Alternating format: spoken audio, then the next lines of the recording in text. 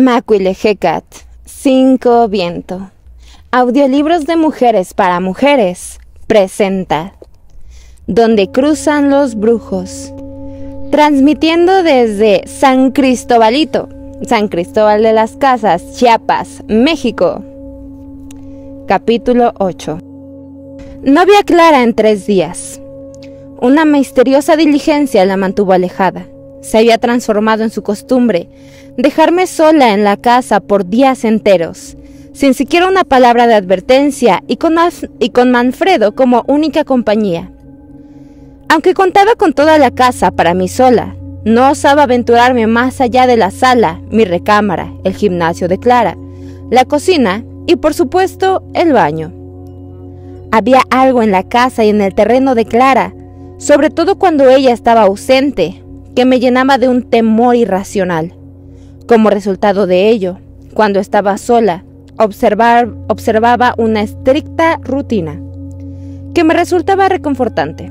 Solía despertarme como a las 9, preparar mi desayuno en la cocina con la parrilla eléctrica, porque aún no aprendía a encender la estufa de madera, guardar un ligero almuerzo, y luego salir a la cueva para recapitular o hacer alguna larga caminata con Manfredo.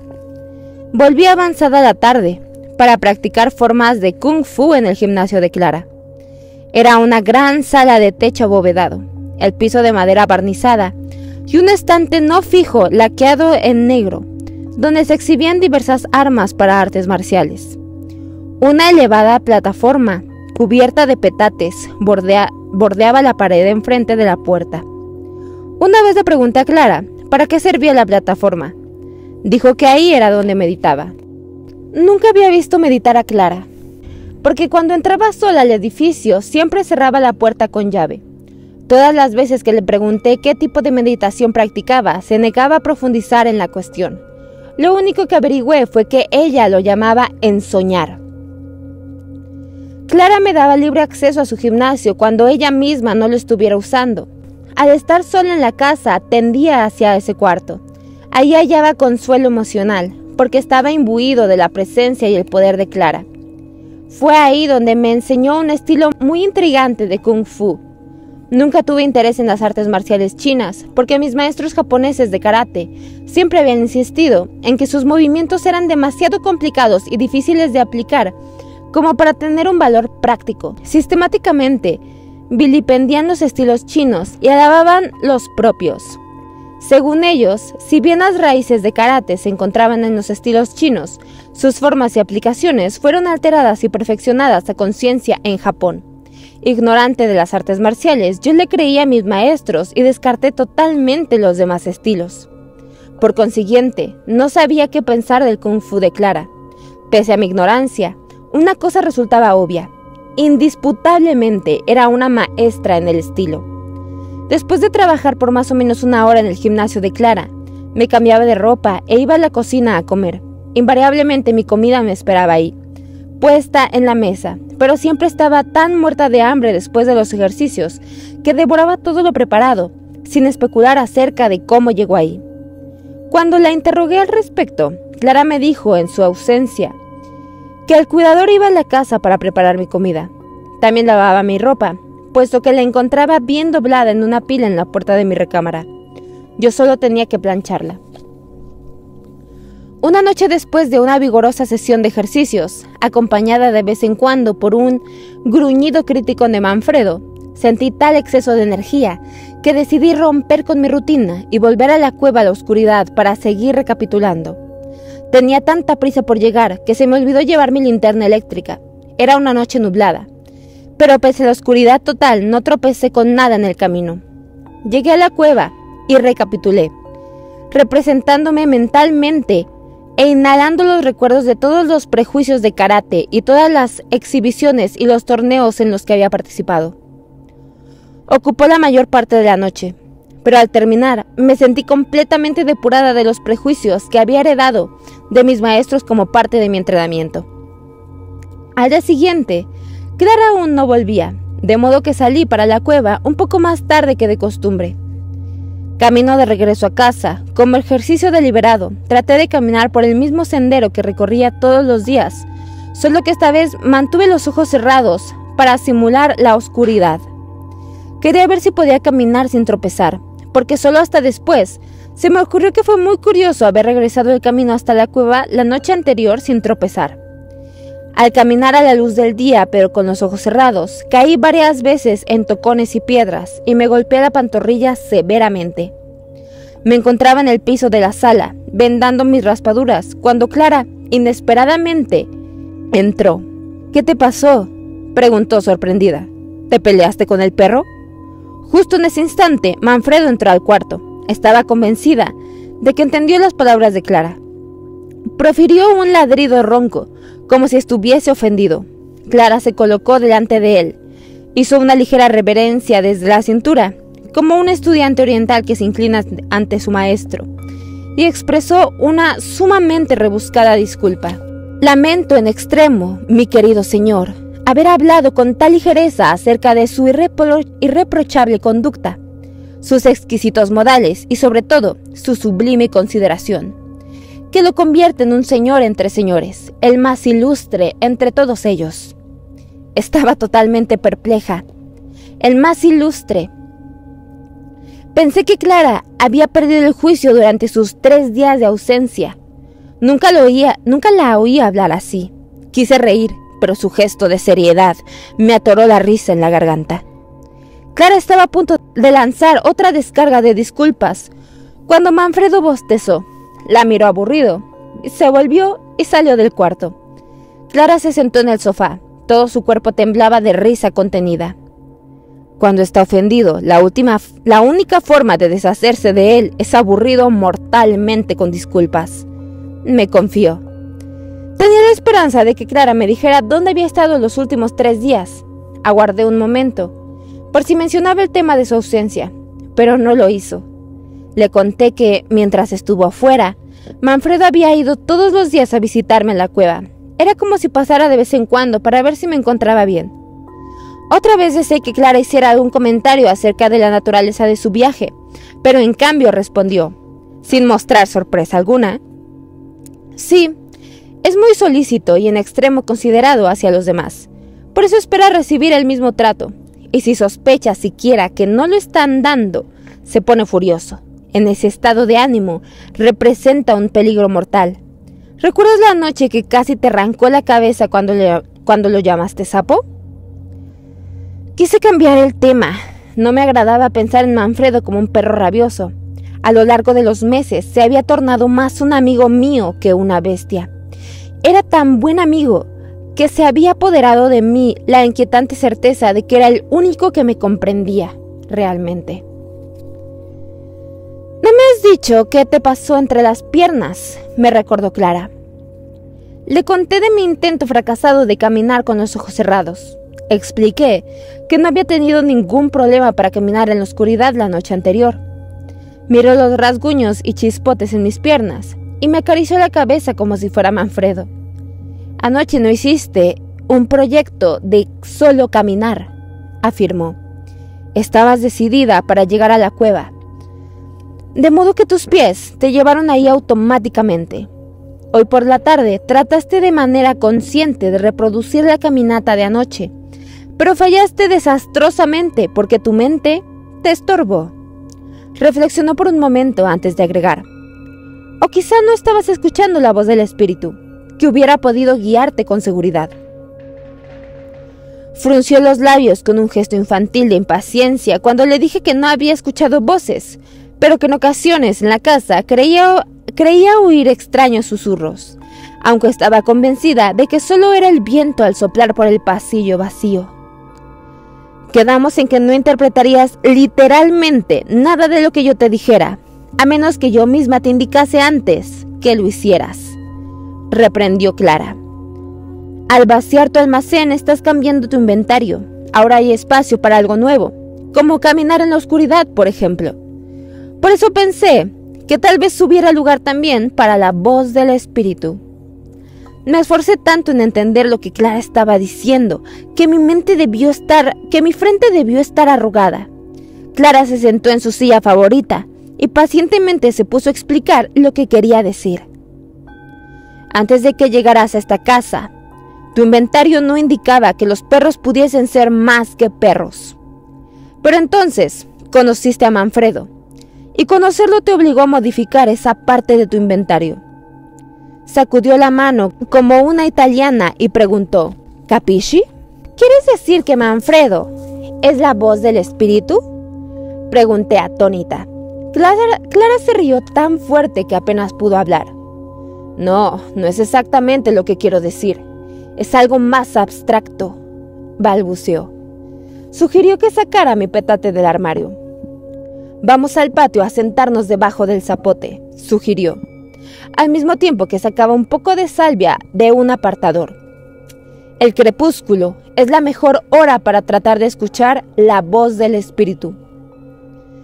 Desenrollé mi petate debajo del enorme árbol cubierto de frutos verdes parecidos a duraznos. Clara me masajeó la piel mayugada con un poco de salvia. Me dolió terriblemente, pero traté de no quejarme. Cuando hubo terminado, observé que el chipote más grande casi desaparecía. Se recostó, apoyando la espalda en el grueso tronco del árbol. Todo tiene una forma, empezó. Pero además de la forma exterior, existe una conciencia interior que rige las cosas. Esta conciencia silenciosa es el espíritu. Es una fuerza que abarca todo y se manifiesta de diferente manera en diferentes cosas. Esta energía se comunica con nosotros. Me dijo que me quedara calma y serena y que respirara profundamente, porque iba a enseñarme cómo usar mi oído interno. Porque es con el oído interno, agregó, que se puede percibir los mandatos del espíritu. Cuando respires, deja que la energía escape por tus orejas, prosiguió. ¿Pero cómo hago eso, Clara?, pregunté. Al exhalar, fija tu atención en los agujeros de tus orejas y usa tu intento y tu concentración para dirigir el flujo. Observó mis movimientos por un momento, corrigiéndome en el proceso. Exhala por la nariz, con la boca cerrada y la punta de la lengua en el paladar, indicó. Exhala silenciosamente. Después de tratar de hacerlo varias veces, sentí que se me destapaban los oídos y se me despejaban los sinus. Luego de que me dijo que frotara las palmas de la mano una contra la otra hasta ponerlas calientes y que me las colocara encima de las orejas, con las puntas de los dedos casi tocándose en la parte de atrás de la cabeza. Seguí sus instrucciones. Clara sugirió que me masajeara las orejas ejerciendo una suave presión circular. Luego, con las orejas aún cubiertas y los dedos índice cruzados sobre los medios, debía darme repentinos golpecitos detrás de cada oreja, chasqueando el índice unísono. Al chasquear los dedos, escuché un sonido como el de una campana amortiguada, que reverberaba dentro de mi cabeza. Repetí los golpecitos 18 veces, según me instruyó Clara. Al retirar las manos, observé que percibía con claridad incluso los ruidos más tenues de la vegetación, en tanto que antes todo había sido uniforme y amortiguado. Ahora, con los oídos despejados, tal vez puedas escuchar la voz del espíritu, indicó Clara. Pero no esperes un grito de lo alto de los árboles. Lo que llamamos la voz del espíritu es más bien una sensación. Esta también puede ser una idea que de repente irrumpe en tu cabeza. A veces es como un anhelo por ir a algún sitio vagamente familiar o por hacer algo también vagamente familiar.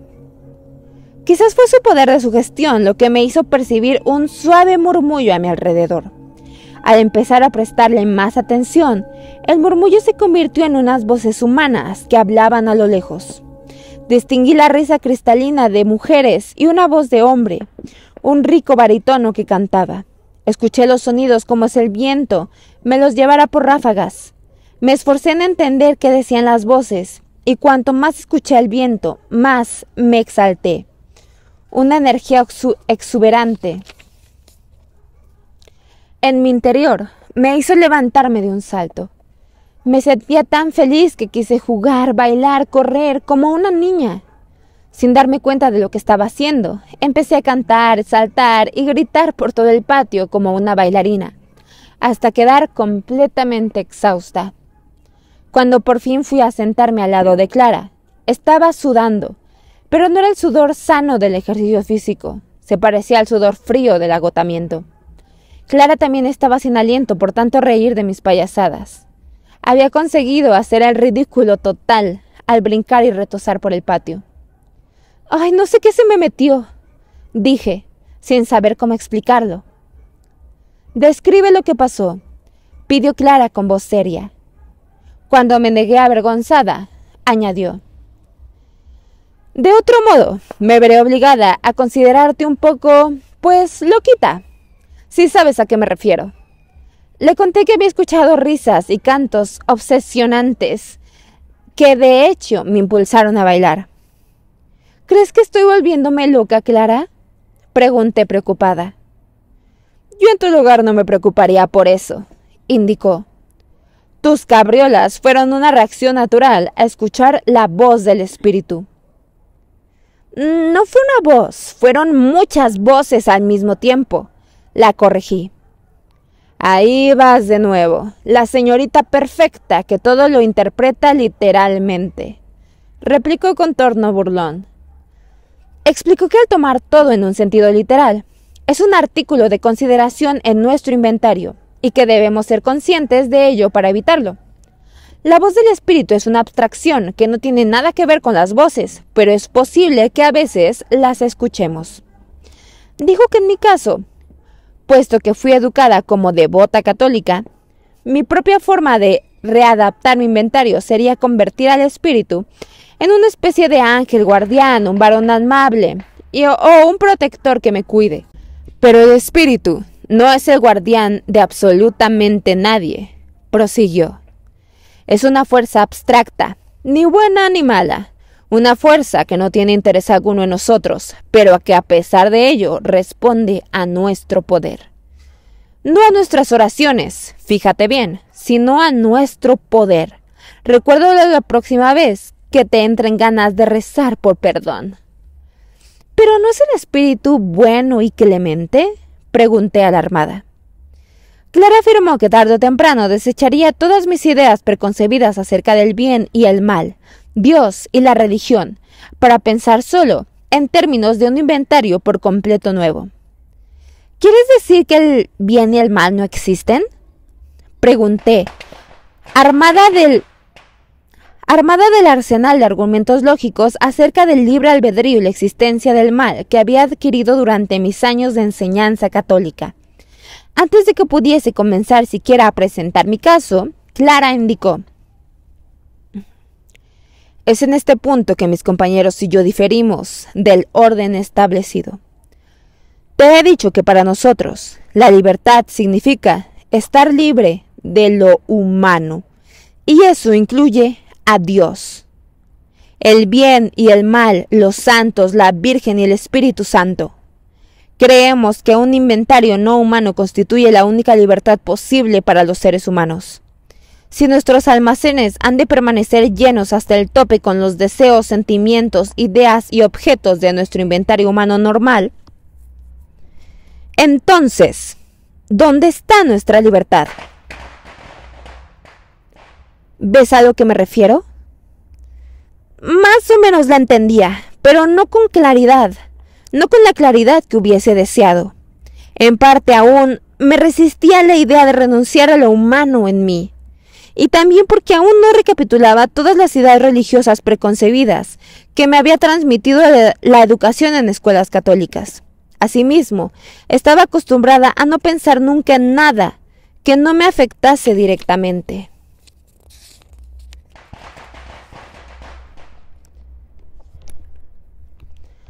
Mientras trataba de encontrar fisuras en su razonamiento, Clara me sacó de mis especulaciones mentales con un golpecito en la punta del dedo de mis costillas.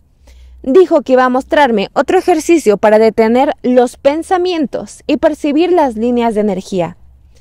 De otro modo seguiría haciendo lo mismo de siempre, estar cautivada con la visión sobre mí misma. Clara me pidió sentarme con las piernas cruzadas e inclinarme de lado al inhalar, primero a la derecha y luego a la izquierda, sintiendo cómo me jalaba una línea horizontal salida del agujero de mis orejas. Dijo que, asombrosamente, la línea no oscilaba con el movimiento del cuerpo, sino que permanecía en perfecta posición horizontal. Ese era uno de los misterios descubiertos por ella y sus compañeros.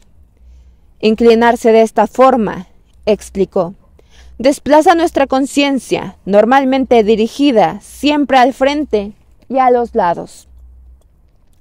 Me ordenó soltar los músculos de la mandíbula, masticando y tragando saliva 3 veces. Propio, adelante.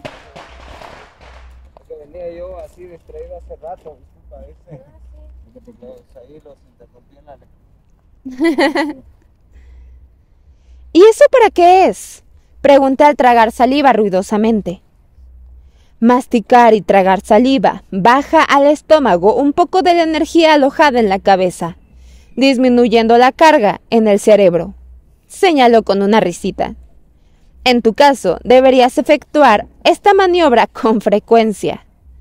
Quise ponerme de pie y caminar, porque se me estaban durmiendo las piernas, pero Clara exigió que permaneciera sentada un poco más para practicar el ejercicio.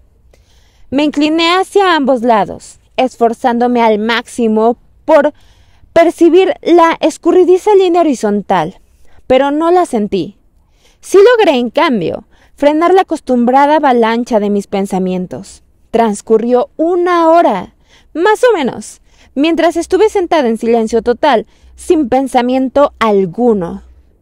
A nuestro alrededor escuchaba el canto de los grillos y el crujir de las hojas, pero el viento ya no arrastró más voces. Por un rato, escuché los ladridos de Manfredo desde su cuarto en un costado de la casa.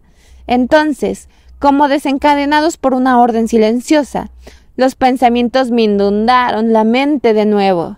Cobré conciencia de su completa ausencia y de la paz que sentía en el silencio. Los movimientos inquietos de mi cuerpo debían haber alertado a Clara, pues empezó a hablar de nuevo.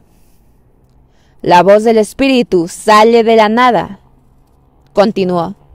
Sale de la profundidad del silencio, del reino del no ser. Solo se escucha una voz cuando estamos totalmente quietos y en equilibrio. Según explicó, se deben mantener en equilibrio las 2 fuerzas opuestas que nos rigen, lo masculino y lo femenino, por así decirlo, lo positivo, lo negativo, la luz y la oscuridad, al fin de crear una abertura en la energía que nos rodea, una abertura por la cual puede deslizarse nuestra conciencia. Es a través de esta abertura que la energía que nos envuelve, que el espíritu se manifiesta. El equilibrio es lo que buscamos, prosiguió. Pero el equilibrio no significa solo tener una parte igual de cada fuerza. También significa que, al igualarse las partes, la nueva combinación equilibrada adquiere impulso y empieza a moverse por fuerza propia. Tuve la impresión de que Clara escudriñaba mi rostro en la oscuridad en busca de indicios de comprensión. Al no hallar ninguno, dijo, casi en un tono cortante: no somos tan inteligentes, ¿verdad? Sentí que mi cuerpo se ponía tenso ante su comentario. Le dije que en mi vida nadie me había acusado nunca de no ser inteligente. Mis padres y maestros siempre me alababan por ser una de las alumnas más listas del salón. En cuanto a los boletas, casi me enfermaba de tanto estudiar para asegurarme de obtener mejores calificaciones que mis propios hermanos. Clara suspiró y escuchó con paciencia mi extensa reafirmación sobre mi inteligencia. Antes de que se agotaran mis argumentos para convencerla de su error, aceptó. Sí, eres inteligente, pero todo lo que has dicho se refiere solamente al mundo de la vida cotidiana. Más que inteligente, diría que eres estudiosa. diligente, más bien ingeniosa. ¿No estás de acuerdo? Tuve que asentir a pesar de mí misma, porque mi propia razón me decía que, de haber sido en verdad tan inteligente como yo me creía, no hubiera tenido que casi matarme estudiando. A fin de ser inteligente en mi mundo, explicó Clara, hay que ser capaz de concentrarse, de fijar la atención en cualquier objeto concreto y también en cualquier manifestación abstracta. ¡Ay! ¿De qué clase de manifestaciones abstractas estás hablando, Clara?, pregunté. Una abertura en el campo de energía a nuestro alrededor es una manifestación abstracta, indicó. Pues no esperes sentir o verla de la misma manera en que sientes y ves el mundo concreto. Es otra cosa lo que sucede. Clara subrayó que para fijar nuestra atención en cualquier manifestación abstracta, tenemos que fundir lo conocido con lo desconocido en un amalgamiento espontáneo. De esta manera, podemos ocupar nuestra razón y al mismo tiempo mantenernos indiferente a ella. A continuación, Clara me indicó que me pusiera de pie y caminara. Ahora que está oscuro, trata de caminar sin mirar el piso, señaló. No como un ejercicio consciente, sino como un no hacer de la brujería. Quise pedirle una explicación de qué significaba el no hacer de la brujería, pero sabía que, si me la diera, me pondría a cavilar de manera consciente en su explicación y me diría mi desempeño de acuerdo con el nuevo concepto, aunque no estuviera segura de lo que significaba. No obstante, sí recordé que Clara había usado antes el término no hacer, y pese a mi renuencia traté de recordar lo que me había dicho al respecto. Para mí, saber algo, aunque fuese mínimo e imperfecto, era mejor que no saber nada, puesto que no me infundía un sentido de control, mientras que no saber del todo me dejaba con un sentimiento de completa vulnerabilidad. El no hacer es un término transmitido por nuestra propia tradición de brujería. Continuó Clara, evidentemente al tanto de mi necesidad de explicaciones. Se refiere a todo lo que no está incluido en el inventario, impuesto a nosotros.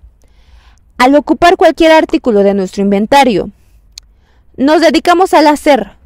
Todo lo que no forma parte de ese inventario es un no hacer. Cualquier grado de calma logrado para mí fue trastornado de manera abrupta por la declaración que acababa de hacer Clara. ¿Qué querías decir, Clara, cuando calificaste tu tradición de brujería?, pregunté. Cuando quieres, captas cada detalle, Taisha. Con razón tienes las orejas tan grandes, dijo riéndose, pero no me contestó de inmediato. La miré fijamente en espera de una respuesta, cuando por fin dijo: No iba a hablarte de esto todavía, pero ya que se me salió, déjame decirte solamente que el arte de la libertad es un producto del intento de los brujos. ¿De qué brujos estás hablando, Clara? No te entiendo. Ha habido gente aquí en México, y aún la hay, que se preocupa por las preguntas finales. Mi familia mágica y yo las llamamos brujos. De ellas heredamos todas las ideas con que te estoy familiarizando. Ya estás enterada de la recapitulación. El no hacer es otra de estas tantas ideas. Pero ¿quiénes son estas personas, Clara? Pronto sabrás todo lo que puede saberse acerca de ellas, me aseguró. Por ahora solo vamos a practicar uno de los no haceres. Indicó que en ese momento, el no hacer sería, por ejemplo, obligarme a contener mi mente calculadora y confiar de manera implícita en el espíritu. No tienes que fingir, no finjas confiar, mientras que en un secreto albergas tantas dudas, advirtió Clara. Solo cuando tus fuerzas positivas y negativas se encuentren en perfecta armonía, serás capaz de sentir o ver la abertura de la energía a tu alrededor, o de caminar con los ojos cerrados y tener el éxito asegurado. Respiré hondo varias veces. Empecé a caminar, sin mirar el piso, pero con las manos estiradas delante de mí por si chocaba con algo. Por un rato, seguí dando traspiés, y en cierto momento tropecé con una maceta, y me hubiera caído de no sujetarme clara del brazo. Pero poco a poco empecé a tropezar menos, hasta que no me causó ningún trabajo caminar en forma ininterrumpida. Era como si mis pies pudiesen distinguir claramente de todo lo que había en el patio, y supiesen con exactitud dónde pisar y dónde no pisar.